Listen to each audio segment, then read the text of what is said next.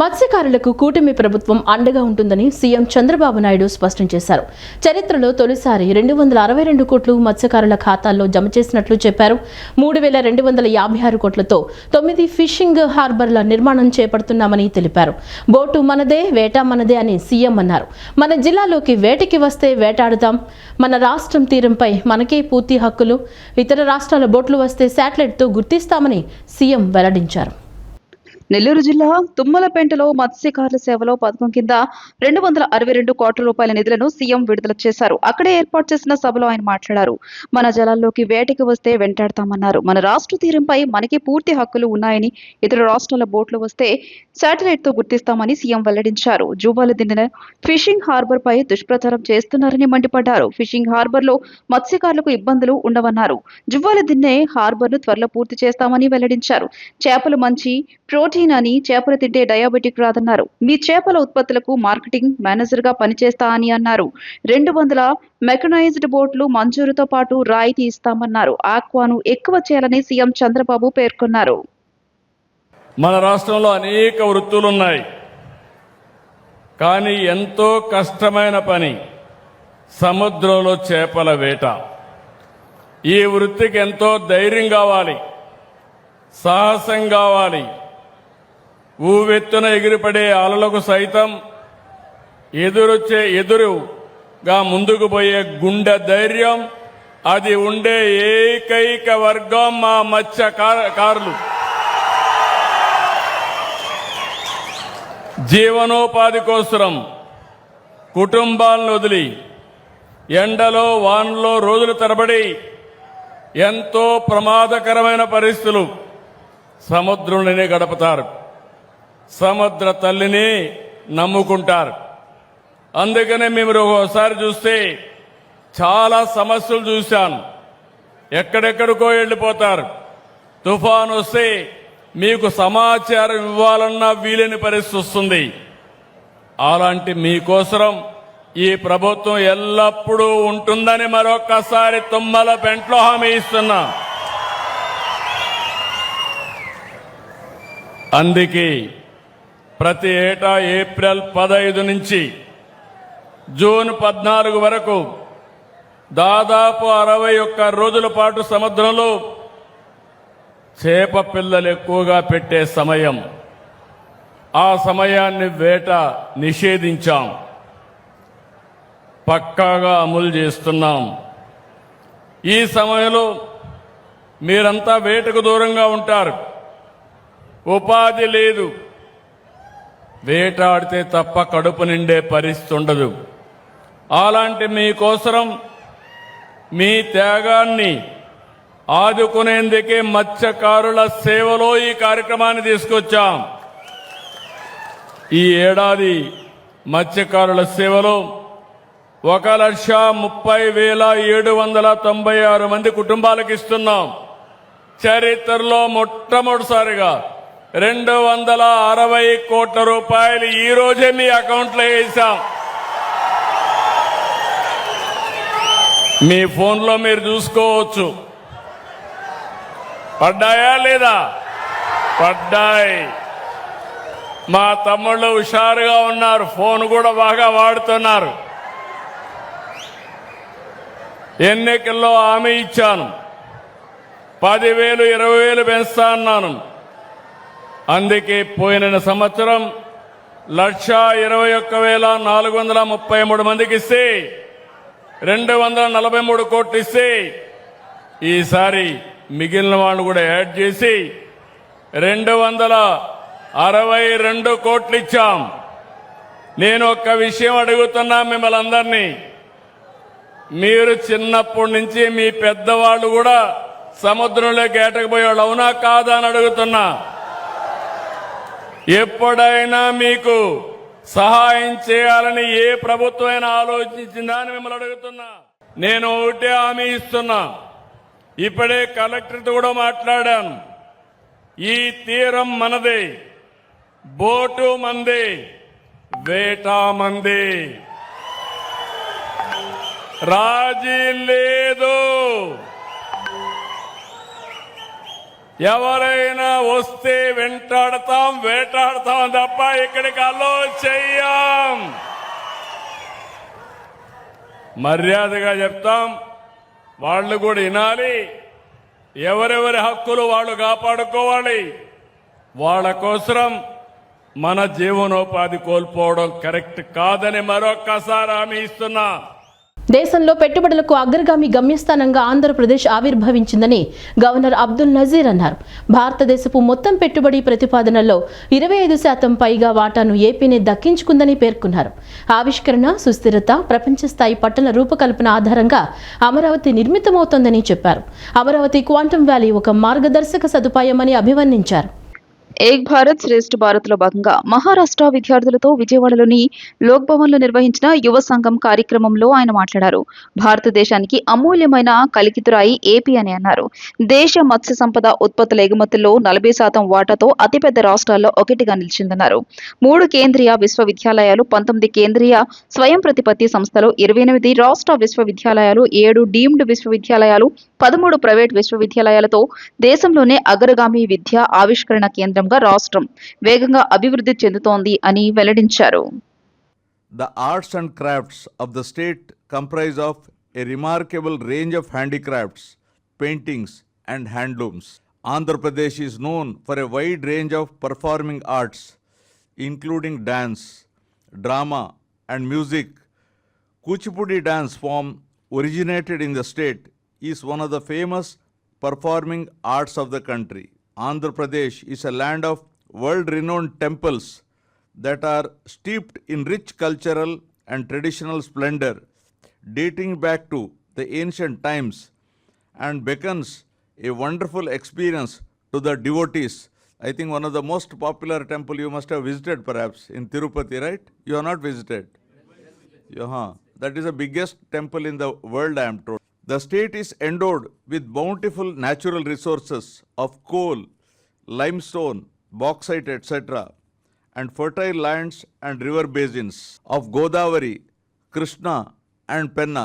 Godavari is the second largest. Which is the largest river in the country? Ganga. Second largest is Godavari. Extensive canal system and conducive agroclimatic conditions, and it is also popularly known as Rice Bowl of India. The state has the second longest coastline. Which state has the longest coastline then? Gujarat. In the country after Gujarat, and is one of the largest producer and exporter of marine products, contributing 40% share of the country's marine exports. ఆంధ్రప్రదేశ్లో electric వాహనాల వినియోగాన్ని ఒక ప్రజా ఉద్యమంగా మార్చేందుకు ప్రణాళికలు రూపొందించాలని ముఖ్యమంత్రి చంద్రబాబు అధికారులను ఆదేశించారు. ఎలక్ట్రిక్ సైకిళ్లు, ఎలక్ట్రిక్ వాహనాలు రెండింటినీ విస్తృతంగా ప్రోత్సహించేందుకు చర్యలు తీసుకోవాలని ముఖ్యమంత్రి ఆదేశాలు జారీ చేశారు. రాష్ట్ర వ్యాప్తంగా ఉన్న స్వర్ణ గ్రామ, స్వర్ణ వార్డు కార్యాలయాల సిబ్బందికి ఎలక్ట్రిక్ సైకిళ్లను అందించేందుకు చర్యలు తీసుకోవాలని ఆయన సూచించారు. రాష్ట్ర సచివాలయం నుంచి వీడియో కాన్ఫరెన్స్ ద్వారా ఈవీ కంపెనీల ప్రతినిధులతో ముఖ్యమంత్రి చంద్రబాబు సంభాషించారు. రాష్ట్ర వ్యాప్తంగా ఉన్న స్వర్ణ గ్రామ, స్వర్ణ వార్డు కార్యాలయాల సిబ్బందికి ఎలక్ట్రిక్ సైకిళ్లను అందించేందుకు చర్యలు తీసుకోవాలని ఆయన సూచించారు. ఈ కార్యాలయాల సిబ్బందికి మొత్తం 16,000 ఎలక్ట్రిక్ సైకిళ్లను పంపిణీ చేయాలని ముఖ్యమంత్రి ఆదేశించారు. ఎలక్ట్రిక్ వాహనాల కొనుగోలుకు రుణాలు సులభంగా అందించేలా చూడాల్సిన అవసరాన్ని ఆయన నొక్కి చెప్పారు. ఈ ప్రయోజనం కోసం ఒక ప్రత్యేక స్పెషల్ పర్పస్ వెహికల్ ను ఏర్పాటు చేయాలని స్పష్టం చేశారు. ఈఎంఐ పద్ధతిలో ఎలక్ట్రిక్ సైకిళ్లను అందించేందుకు ఒక కార్యాచరణ ప్రణాళికను అమలు చేయాలని ఆయన ఆదేశించారు. ఎలక్ట్రిక్ వాహనాలను ప్రోత్సహించడంతో పాటు ఛార్జింగ్ స్టేషన్ల వంటి అవసరమైన మౌలిక సదుపాయాలను ఏర్పాటు చేయాలని ఆయన సూచించారు. ఛార్జింగ్ స్టేషన్లతో సహా అవసరమైన మౌలిక సదుపాయాల కల్పనలో ప్రభుత్వం పూర్తి సహకారం అందిస్తోందని ముఖ్యమంత్రి హామీ ఇచ్చారు. అదేవిధంగా రాష్ట్ర రవాణా శాఖ కూడా అనేక మార్పులను ప్రవేశపెట్టింది. ఇంధనంతో నడిచే బస్సులను దశల వారీగా తొలగించి వాటి స్థానంలో ఎలక్ట్రిక్ బస్సులను ప్రవేశపెట్టేందుకు ప్రయత్నాలు జరుగుతున్నాయి. ఈ చొరవలో భాగంగా నిర్దిష్ట కార్యాచరణ ప్రమాణాలను రూపొందిస్తున్నారు. కాలుష్య రహితమైన, పర్యావరణ అనుకూలమైన ఎలక్ట్రిక్ బస్సులను విస్తృతంగా ప్రవేశపెట్టేందుకు ఆర్టీసీ చురుకైన చర్యలు తీసుకుంటోంది. ఈ లక్ష్యానికి అనుగుణంగా ఒకవైపు మంగళగిరి, గుంటూరుల మధ్య, మరోవైపు రాజధాని నగరం అమరావతి, విజయవాడల మధ్య అనుసంధానాన్ని బలోపేతం చేయడాన్ని సుమారు 150 ఈ బస్సులు అవసరమని గత సంవత్సరం అంచనా వేసిన నేపథ్యంలో ఈ ప్రణాళిక ఇప్పుడు కార్యరూపం దాల్చుతోంది. రాష్ట్రంలో పెండింగ్లో ఉన్న అన్ని వ్యవసాయ విద్యుత్ కనెక్షన్లను తక్షణం మంజూరు చేయాలని ఇంధన శాఖ మంత్రి గొట్టిపాటి రవికుమార్ అధికారులను ఆదేశించారు. రాష్ట్రంలో విద్యుత్ సరఫరాలో ఎలాంటి ఇబ్బందులు తలెత్తకుండా ముందస్తు చర్యలు చేపట్టాలని స్పష్టం చేశారు. వేసవి కాలంలో విద్యుత్ డిమాండ్ ఎంత పెరిగినా ప్రజలకు ఎలాంటి ఇబ్బందులు కలగకుండా నిరంతరాయంగా విద్యుత్ సరఫరా అందించాలని అధికారులను మంత్రి ఆదేశించారు. రాష్ట్ర ప్రజలకు నాణ్యమైన, అంతరాయం లేని నమ్మకమైన విద్యుత్ సరఫరా అందించడమే ప్రభుత్వ ప్రధాన లక్ష్యమని తెలిపారు. గొట్టిపాటి రవికుమార్ రాష్ట్రంలోని 3 విద్యుత్ పంపిణీ సంస్థల సీఎండీలు లోతేటి శివశంకర్, పృథ్వీతేజ్ ఇమ్మడి, పి పుల్లారెడ్డిలతో ఇంధన శాఖ మంత్రి గొట్టిపాటి రవికుమార్ నిన్న టెలికాన్ఫరెన్స్ నిర్వహించారు. టెలికాన్ఫరెన్స్ లో మంత్రి మాట్లాడుతూ వేసవిలో గృహ, వ్యాపార, పారిశ్రామిక వినియోగదారులకు నిరంతరాయ విద్యుత్ సరఫరా చేయడమే లక్ష్యంగా చర్యలు తీసుకోవాలని సూచించారు. సాంకేతిక సమస్యల కారణంగా ఎక్కడైనా విద్యుత్ అంతరాయం ఏర్పడితే తక్షణం ప్రజలకు సమాచారం అందించడంతో పాటు సమస్యను యుద్ధ ప్రాతిపదికన పరిష్కరించేలా చర్యలు తీసుకోవాలని ఆదేశించారు. వాతావరణ పరిస్థితుల దృష్ట్యా అధిక ఉష్ణోగ్రతల కారణంగా ట్రాన్స్ఫార్మర్లు కాలిపోవడం వంటి ఘటనలు చోటు చేసుకునే అవకాశాలు ఉన్నందున క్షేత్రస్థాయిలో సిబ్బంది అప్రమత్తంగా ఉండాలని, అవసరమైన సామాగ్రి సంసిద్ధంగా ఉంచుకోవాలని మంత్రి సూచించారు. అలాగే కేంద్ర, రాష్ట్ర ప్రభుత్వాల ప్రాధాన్య పథకాలైన సూర్యఘర్, పీఎం కుసుమ్, ఆర్డీఎస్ఎస్ కార్యక్రమాల లక్ష్యాలను నిర్దేశిత గడువులో పూర్తి చేయాలని మంత్రి అధికారులను ఆదేశించారు. ముఖ్యంగా సూర్యఘర్ పథకంలో భాగంగా ఎస్సీ లబ్ధిదారుల లక్ష్యంగా పెట్టుకున్న 6 లక్షల కనెక్షన్లను జూలై నాటికి పూర్తి చేయడంతో పాటు ఇతర వర్గాలకు కూడా సోలార్ కనెక్షన్లను అందించే కార్యక్రమాన్ని వేగవంతం చేయడం ద్వారా ప్రభుత్వ లక్ష్యాన్ని త్వరగా చేరుకునేలా చర్యలు తీసుకోవాలని సూచించారు. తిరుమలలో శ్రీవారిని మంత్రి అనగాని సత్యప్రసాద్ దర్శించుకున్నారు. ప్రారంభ విరామ దర్శన సమయంలో మంత్రి అనగాని సత్యప్రసాద్తో పాటు తుడా చైర్మన్ దివాకర్ రెడ్డి స్వామివారి సేవలో పాల్గొన్నారు. టీటీడీ అధికారులు స్వాగతం పలికి దర్శనం ఏర్పాట్లు చేశారు. ఆలయంలోకి వెళ్లిన మంత్రి స్వామివారిని దర్శించుకుని మొక్కులు చెల్లించుకున్నారు. దర్శనం అనంతరం రంగనాయకుల మండపంలో వేద పండితులు వేదాశీర్వచనం చేసి తీర్థ ప్రసాదాలను అందజేశారు. దర్శనం అనంతరం మంత్రి అనగాని సత్యప్రసాద్ మాట్లాడుతూ రాష్ట్రం సుభిక్షంగా ఉండాలి, సస్యశ్యామలంగా ఉండాలని స్వామివారిని ప్రార్థించినట్లు చెప్పారు. ఇతర రాష్ట్ర వివిఐపీలందరూ కూడా వచ్చారు. అందరూ కూడా మేము పలకరించడం జరిగింది, వాళ్ళని కనుక్కోవడం జరిగింది. వాళ్ళందరూ కూడా చాలా ఆనందంగా ఉన్నారు. తిరుమల తిరుపతిలో జరుగుతున్నటువంటి ప్రక్షాళన అవ్వచ్చు, ప్రసాదం టేస్ట్ అవ్వచ్చు, కామన్ పీపుల్ కూడా ఎలాగ మనం అత్యధికంగా మనం దర్శనం చేపిస్తా ఉన్నాము. క్లీన్లెస్ కానీ అన్ని కూడా చాలా సాటిస్ఫాక్టరీ లెవెల్స్ చెప్పారు. చాలా ఆనందంగా ఉంది. ఇలాంటి దర్శనాలు అందరికీ కూడా, పేదవాడికి కూడా సకాలంలో జరగాలనే లక్ష్యంతోనే ఈ ప్రభుత్వం పనిచేస్తూ ఉంది. అలాగని రాష్ట్రం సుభిక్షంగా ఉండాలి, అలాగే ఈ రాష్ట్రం ఎప్పుడూ సస్యశ్యామలంగా ఉండాలని చెప్పేసి గౌరవ ముఖ్యమంత్రి గారు, వాళ్ళ తనయులు, అలాగే పవన్ కళ్యాణ్ గారు కూడా పూర్తిగా కృషి చేస్తారు. దాంట్లో భాగంగానే ఈరోజు పెట్టుబడులు అన్నీ వస్తూ ఉన్నాయంటే ఇక్కడ దేవదేవుడి యొక్క ఆశీస్సులు. ప్రపంచంలో ఎక్కడికి వెళ్ళినా మన నాగరికత ఆనవాళ్లు కనిపిస్తున్నాయంటే మన ప్రాంత వైభవం, విశిష్టత ఏపాటిదో అర్థమవుతోందని మంత్రి కొల్లు రవీంద్ర అన్నారు. ముఖ్యమంత్రి వినూత్న కార్యక్రమాలతో మన సంస్కృతి సంప్రదాయాలను భావితరాలకు విలువైన వారసత్వ సంపదగా అందించేందుకు కృషి చేస్తున్నారన్నారు. మన ఆలోచనల్ని విస్తృతం చేసేందుకు, కొత్త ఆలోచనలు దిశగా నడిపించేందుకు అంతర్జాతీయ మ్యూజియం దినోత్సవం లాంటి కార్యక్రమాలు ఉపయోగపడతాయన్నారు. అంతర్జాతీయ మ్యూజియం దినోత్సవం సందర్భంగా ఇందిరాగాంధీ మున్సిపల్ మైదానంలో నిన్న జరిగిన ప్రత్యేక కార్యక్రమంలో మంత్రులు కొల్లు రవీంద్ర 20 పాయింట్ల కార్యక్రమం chairman Lanka Dinakar, Swachhandhra corporation chairman Pattabhiram, AP creativity and culture commission chairperson Tejaswi Podapati, AP TDC chairperson N Balaji, archaeology and museums commissioner P Suresh, Nataka academy chairman Gummadi Gopalakrishna, జిల్లా collector doctor G Lakshmisha, police commissioner SV Rajasekhar Babu తదితరులు పాల్గొన్నారు. యువతలో చరిత్ర, సంస్కృతి, కళల పట్ల ఆసక్తి పెంపొందించడంలో ఇటువంటి కార్యక్రమాలు ఎంతో దోహదపడతాయని పేర్కొన్నారు. మ్యూజియంలు మన సంస్కృతి, నాగరికత వారసత్వానికి ప్రతిబింబాలని తెలిపారు. భావితరాలకు చారిత్రక సంపదను చేరువ చేయాలంటే విద్యార్థుల్లో అవగాహన పెంపొందించడం అత్యంత అవసరమని అభిప్రాయపడ్డారు.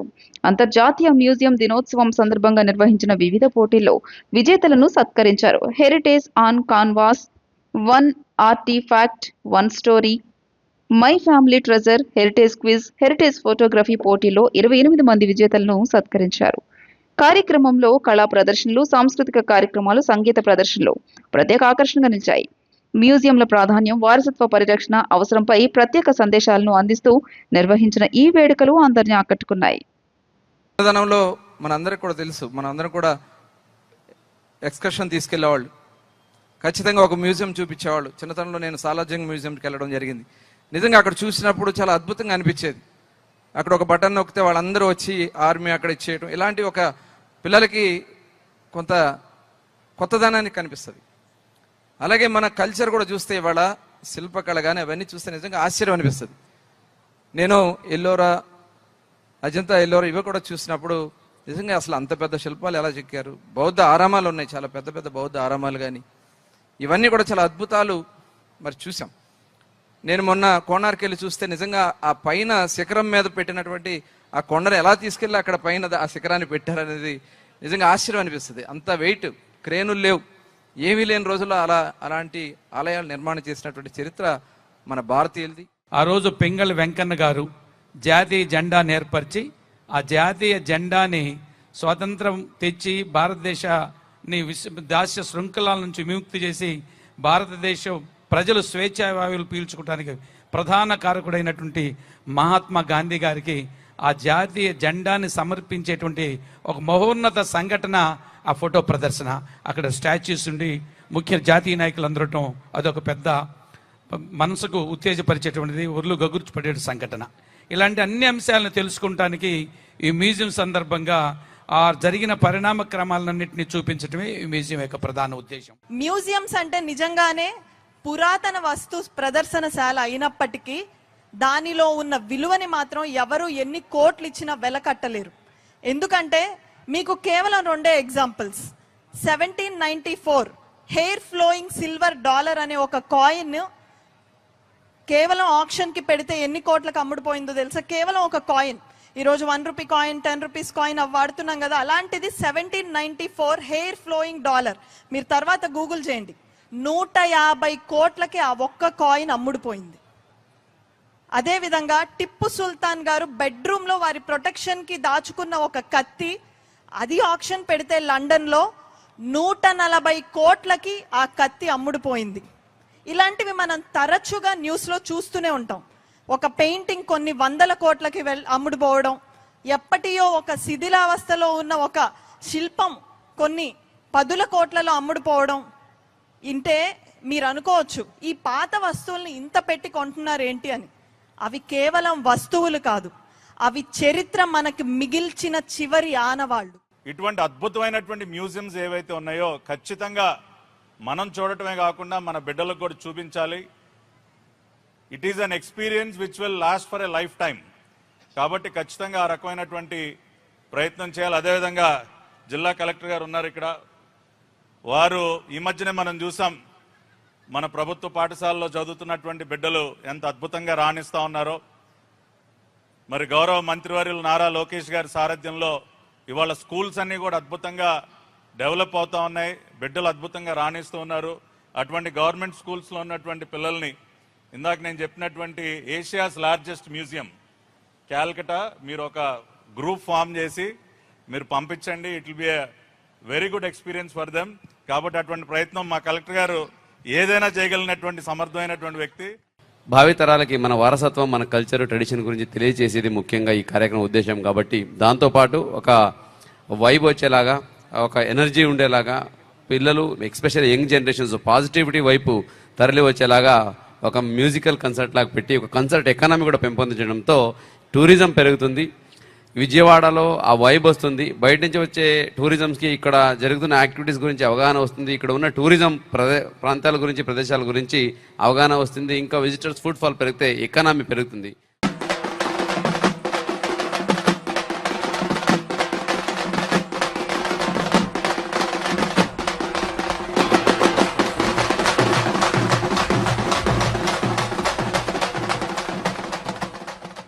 ఏక్ భారత్ శ్రేష్ఠ భారత్ కార్యక్రమంలో భాగంగా మహారాష్ట్ర నుంచి విచ్చేసిన యువ సంఘం విద్యార్థి బృందం ప్రజా రాజధాని అమరావతి రాయపూడిలోని ఏపీ సిఆర్డీఏ ప్రధాన కార్యాలయాన్ని నిన్న సందర్శించింది. ఈ బృందం గ్రౌండ్ ఫ్లోర్లోని అమరావతి ఇంటిగ్రేటెడ్ కమాండ్ కంట్రోల్ సెంటర్ను సందర్శించింది. ఏపీ సిఆర్డీఏ అధికారులు రాజధాని అమరావతిని రైతుల భాగస్వామ్యంతో ఏ విధంగా ప్రణాళికాబద్ధంగా నిర్మిస్తున్నామో భారీ స్క్రీన్లపై వివరించారు.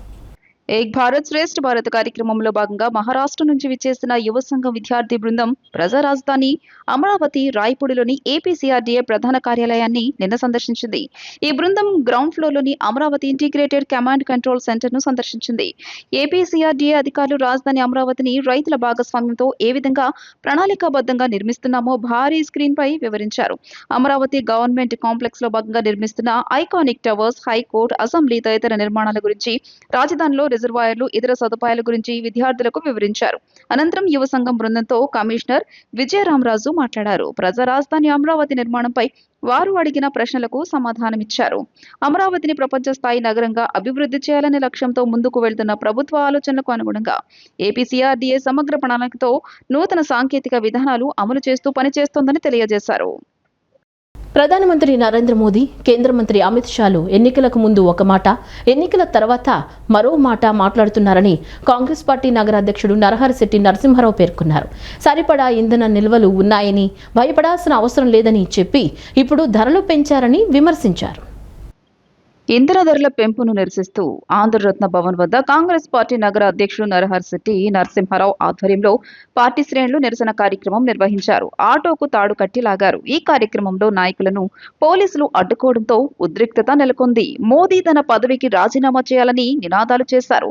ఈ సందర్భంగా నరహరిశెట్టి నరసింహారావు మాట్లాడుతూ 5 రాష్ట్రాల్లో ఎన్నికలకు ముందు పెట్రోల్, డీజిల్ ధరలు పెంచడం ఉండదు అని చెప్పిన ప్రధాని నరేంద్ర మోదీ మాట తప్పారని ఆగ్రహం వ్యక్తం చేశారు. పెరిగిన పెట్రోల్, డీజిల్ ధరల వల్ల సామాన్యులపై తీవ్ర ప్రభావం చూపిస్తుందన్నారు. పెట్రోల్, డీజిల్ ధరల పెంపుతో నిత్యావసర వస్తువులు, కూరగాయలు ధరలు అన్ని పెరుగుతాయని తెలియజేశారు. ఈ కార్యక్రమంలో కొలనుకొండ శివాజీ, సునీత, షేక్ అన్సారీ, ఖుర్షీదా, పీటర్ జోసెఫ్, వేముల శ్రీనివాస్, ప్రసాద్, రాజేష్ తదితరులు పాల్గొన్నారు. 5 రాష్ట్రాలకు ఎన్నికలు జరిగేటప్పుడు ఎన్నికల ప్రచారంలో చెప్పాడు, ఈ దేశంలో ఎవరికి కూడా నేను పన్నుభారం కానీ, పెట్రోల్, డీజిల్, గ్యాస్ ధరల భారం కానీ పెంచకుండా పాలన అందిస్తాను. 5 రాష్ట్రాలు ఎన్నికలు జరిగినటువంటి మరుక్షణాడే ఆయన ఏమంటే గ్యాస్ సిలిండర్కి 993 రూపాయలు పెంచడం జరిగింది. ఇవాళ వరుసనే పెట్రోల్ మీద, డీజిల్ మీద, అలాగే సిఎన్జి గ్యాస్ మీద విపరీతమైనటువంటి ధరలు పెంచడం అనేటువంటిది ఇవాళ జరిగింది. ఇవాళ దేశంలో ఉన్నటువంటి అన్ని రకాల వస్తువులకి, ట్రాన్స్పోర్ట్ రంగానికి, సామాన్యులకి, రైతులకి, ఆక్వా రైతులకి, అలాగే మామూలుగా అన్ని రకాలైనటువంటి వస్తు సేవలు పెరిగే పరిస్థితి తీసుకొచ్చాడు వాళ్ళు నరేంద్ర మోడీ గారు. ఇవాళ వాళ్ళు దీన్ని జిఎస్టీలో తీసుకురాలేకపోయారు. పెట్రోల్, డీజిల్ని వాళ్ళ పాపాల గడపని వాళ్ళ స్నేహితులు ఎవరైతే ఉన్నారో నరేంద్ర మోడీ గారు ఇవాళ అబానీ గారికి, అందానీ గారికి న్యాయం చేకూర్చడం కోసం ఇవాళ 140 కోట్ల మంది జనాభా ఉన్నటువంటి దేశంలో ఉన్న ప్రజల మీద, అందరి మధ్య కూడా ఇది మోపడం అనేటటువంటి చాలా దుర్మార్గం. విజయవాడ ఇంద్రకీలాద్రిపై దుర్గా మల్లేశ్వర స్వామివార్ల దేవస్థానంలో ఈ నెల 2వ తేదీ నుంచి 18వ తేదీ వరకు భక్తులు హుండీల్లో అమ్మవారికి సమర్పించిన కానుకలను నిన్న లెక్కించారు. మహామండపం 6వ అంతస్తులో ఈవో సీనా నాయక్ పర్యవేక్షణలో కానుకలను లెక్కించారు. మొత్తం 3,87,87,555 రూపాయల నగదు, 232 గ్రాముల బంగారం, 4 కిలోల 200 గ్రాముల వెండి లభించింది. నోట్ల రూపంలో 3.20 కోట్లకు పైగా 15.8 లక్షలు నాణాల రూపంలో వచ్చాయి. ఈ నెల 2 నుంచి సోమవారం వరకు 16 రోజులకు గాను సగటున రోజుకు 20.99 లక్షల మేరకు కానుకలు వచ్చాయి. రద్దు చేసిన 2000 నోటు ఒకటి వచ్చింది. అత్యధికంగా అమెరికా డాలర్లు 1174, బ్యాంక్ ఆఫ్ ఉగాండా షిల్లింగ్లు 1000 వచ్చాయి. ఓమన్ బాల్సాలు 300, యుఏఈ ధీరమ్స్ 175, మలేషియా రింగెట్లు 117 వచ్చాయి. వాహనదారులకు కేంద్రం మరోసారి షాక్ ఇచ్చింది. దేశవ్యాప్తంగా పెట్రోల్, డీజిల్ ధరలను మళ్లీ పెంచింది. లీటర్ పెట్రోల్, డీజిల్పై దాదాపు 90 పైసలు పెంచుతూ చమురు సంస్థలు నిర్ణయం తీసుకున్నాయి. వారం రోజుల వ్యవధిలో రెండోసారి చమురు ధరలు పెరగడం గమనార్హం. మే 15న దేశవ్యాప్తంగా పెట్రోల్, డీజిల్ ధరలను లీటర్కు 3 రూపాయల చొప్పున పెంచారు. మళ్లీ ఇప్పుడు 90 పైసలు పెంచారు. దీంతో రోజువారీగా వాహనాలు వినియోగించే ప్రజలపై అదనపు భారం పడనుంది. ఈ ధరల పెంపుతో రవాణా రంగంపై తీవ్ర ప్రభావం పడే అవకాశం ఉందని నిపుణులు చెబుతున్నారు. దేశవ్యాప్తంగా పెట్రోల్, డీజిల్ ధరలు మళ్లీ పెరిగాయి. లీటర్కు 90 పైసలు చొప్పున పెంచుతూ మంగళవారం చమురు సంస్థలు నిర్ణయం తీసుకున్నాయి. వారం రోజుల్లోనే ఇది రెండోసారి ధరల పెంపు కావడం గమనార్హం. పశ్చిమాసియా సంక్షోభం వల్ల అంతర్జాతీయ మార్కెట్లో ముడి చమురు సరఫరాపై తీవ్ర ఒత్తిడి నెలకొంది. దీంతో ప్రభుత్వ చమురు సంస్థలపై ఆర్థిక ఒత్తిళ్లు పెరిగాయి. ఈ క్రమంలో 4 రోజుల క్రితం లీటర్ పెట్రోల్, డీజిల్ పై 3 రూపాయల చొప్పున పెంచాయి. మరోవైపు ధరల నియంత్రణ కోసం కేంద్రం పెట్రోల్, డీజిల్ పై ఎక్సైజ్ సుంకం వసూలును కూడా తాత్కాలికంగా నిలిపివేసింది. వస్తుంది. ఈ క్రమంలోనే మరోసారి ధరలు పెంచడం గమనార్హం. మంగళవారం పెంపుతో పెట్రోల్, డీజిల్ ధరలు మే 2022 తర్వాత గరిష్ట స్థాయికి చేరాయి. ఏప్రిల్ 2022 తర్వాత ధరలు పెరగలేదు. అయితే 2024 మార్చిలో లోక్సభ ఎన్నికలకు ముందు లీటరుకు ₹2 చొప్పున తగ్గించారు. వ్యాట్ పన్నుల్లో తేడాల కారణంగా రాష్ట్రాల వారీగా ఇంధన ధరలు మారుతున్నాయి. ఈ ధరల పెంపు చమురు సంస్థలపై ఒత్తిడిని కొంత తగ్గించినప్పటికీ ద్రవ్యోల్బణంపై ప్రభావం చూపే అవకాశం ఉందని నిపుణులు భావిస్తున్నారు. 2026 పెట్రోల్లో వినియోగదారుల ధరల సూచి ఆధారిత రిటైల్ ద్రవ్యోల్బణం 3.40% నుంచి 3.48% పెరిగింది. ఒక టోకు ధరల సూచి ఆధారిత ద్రవ్యోల్బణం 42 నెలల గరిష్ట స్థాయి అయిన 8.3%కి చేరింది. ఇందుకు ఇంధన ధరల పెరుగుదల ప్రధాన కారణమని విశ్లేషకులు చెబుతున్నారు. దీంతో రోజువారీగా వాహనాలు వినియోగించే ప్రజలపై అదనపు భారం పడనుంది. ఈ ధరల పెంపుతో రవాణా రంగంపై తీవ్ర ప్రభావం పడే అవకాశం ఉందని నిపుణులు చెబుతున్నారు. ఇప్పటికే నిత్యావసర వస్తువుల ధరలు పెరిగిన పరిస్థితుల్లో ఇంధన ధరల పెంపు మరింత ద్రవ్యోల్బణానికి దారితీయవచ్చని భావిస్తున్నారు.